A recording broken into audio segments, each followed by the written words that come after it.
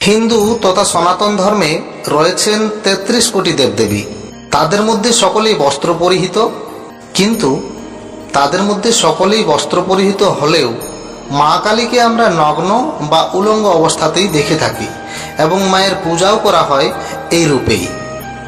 সকলের মনে প্রশ্ন জাগতেই পারে, ৩৩ কোটি দেবদেবীর মধ্যে একমাত্র মা কালীরই এই রূপ কেন? কেন মা নির্বস্ত্র? কেন তার এত কুৎসিত রূপ? কেন মা মুক্তকেশী ও মুন্ডমালাধারিণী? মা কেন তার জিভ বের করে নিজের দাঁতে কামড়ে রেখেছেন? তাছাড়া কেনই বা মহাদেব মায়ের পদতলে শায়িত? এই সমস্ত প্রশ্নের উত্তর যদি আপনিও জানতে চান, তাহলে আজকের ভিডিওটি স্কিপ না করে শেষ পর্যন্ত দেখুন।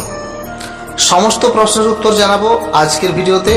ভিডিওটি শুরু করার আগে শ্রোতা ভক্তবৃন্দের কাছে ছোট্ট একটি অনুরোধ, আপনি যদি এখনও আমাদের চ্যানেলটি সাবস্ক্রাইব না করে থাকেন, তাহলে সমস্তক্ষণই চ্যানেলটি সাবস্ক্রাইব করে নিন। অসুরকুলের আক্রমণে একবার সমস্ত দেবতাগণ চরম সংকটে পড়ে যান।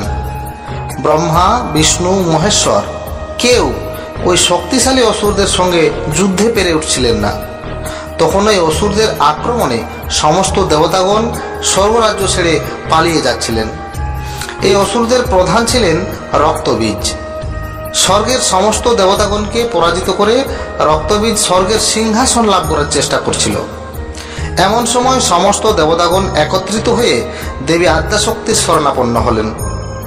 দেবতাদেরকে আশ্বাস ও অভয় দিয়ে মা আদ্যাশক্তি গেলেন অসুরদের সঙ্গে যুদ্ধ করতে। বহু অসুর সৈন্যকে তিনি নিমেষেই জমালয়ে পাঠালেন, কিন্তু রক্তবীজকে তিনি কিছুতেই নিহত করতে পারছিলেন না। কারণ ব্রহ্মার বরে রক্তবীজের দেহ থেকে যত ফোঁটা রক্ত মাটিতে পড়ছিল, তত সহস্র রক্তবীজের জন্ম হচ্ছিল রণক্ষেত্রে। তাই তাকে নিধন করা দুঃসাধ্য হয়ে উঠছিল। এইভাবে ভীষণ যুদ্ধ চলতে চলতে দেবী আদ্যাশক্তি মহামায়া দুর্গার ভীষণ ক্রোধে দেবীর ভ্রুযুগলের মাঝখান দিয়ে জন্ম হয় মা কালীর। মা কালীর ভয়াল দৃষ্টিতে নিহত হয় বহু অসুর।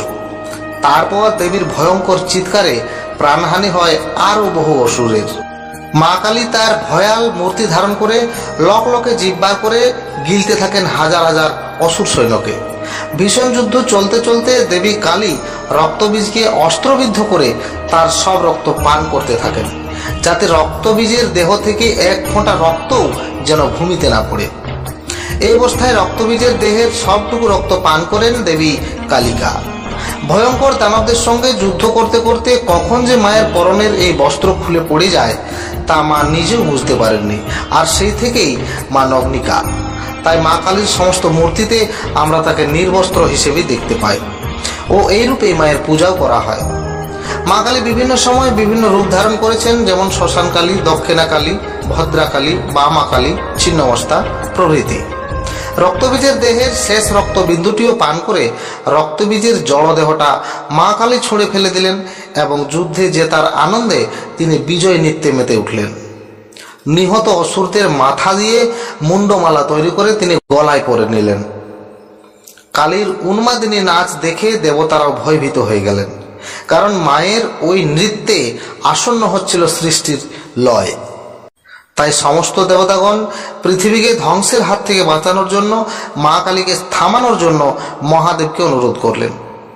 মহাদেবের একাধিক ডাকে মা কালী কোনরূপ সাড়া করলেন না, কারণ মা তখন এতটাই উন্মাদ হয়ে উঠেছিলেন বিজয় নৃত্যে যে শিবের কণ্ঠস্বর তার কান পর্যন্ত পৌঁছায়নি।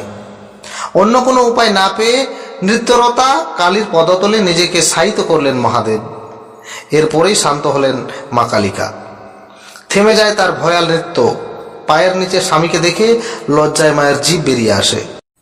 পৌরাণিক এই কাহিনী অবলম্বনেই যুগ যুগ ধরে মায়ের এই মূর্তি পূজিত হয়ে আসছে ধরাধামে। তাই মা কালীর পদতলে শায়িত হয়ে আছেন মহাদেব।